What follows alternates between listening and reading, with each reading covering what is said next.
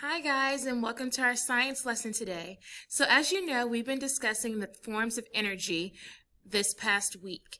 So the three different forms of energy we've been focusing on is light energy, sound energy, and heat energy. So today we're going to focus on heat energy. So we're going to watch this content connection video on heat energy. Energy. I thought of a few: lightning, stars, some animals, and the biggest natural light source is the sun. It's our main source of light, during the daytime at least. I can definitely feel the sun's rays on me when I go outside during the summer. I don't actually think it's light I'm feeling. I think I'm feeling another form of energy, heat.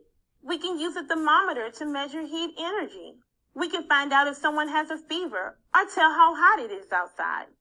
How do you use heat energy every day? I want you to think about, how do you use heat energy every day?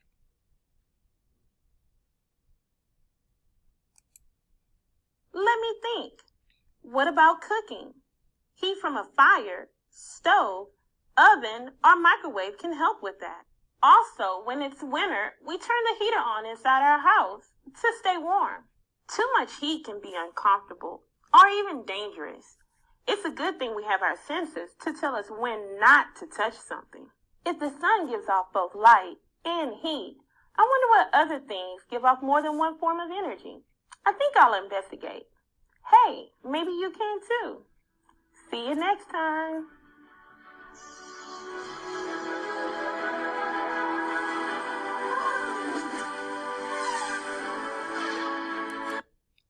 So what I want you to do for your science activity today is you're going to go to Google Classroom, and in Google Classroom you're going to see under classwork the tab Flipgrid.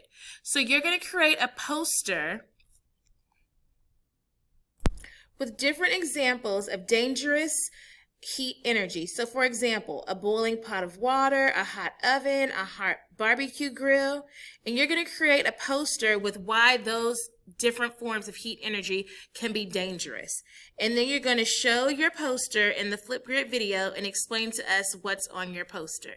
So I look forward to seeing your amazing posters about thermal energy safety and why you need to be safe when you're using different forms of heat energy. And don't forget to submit that in Google Classroom.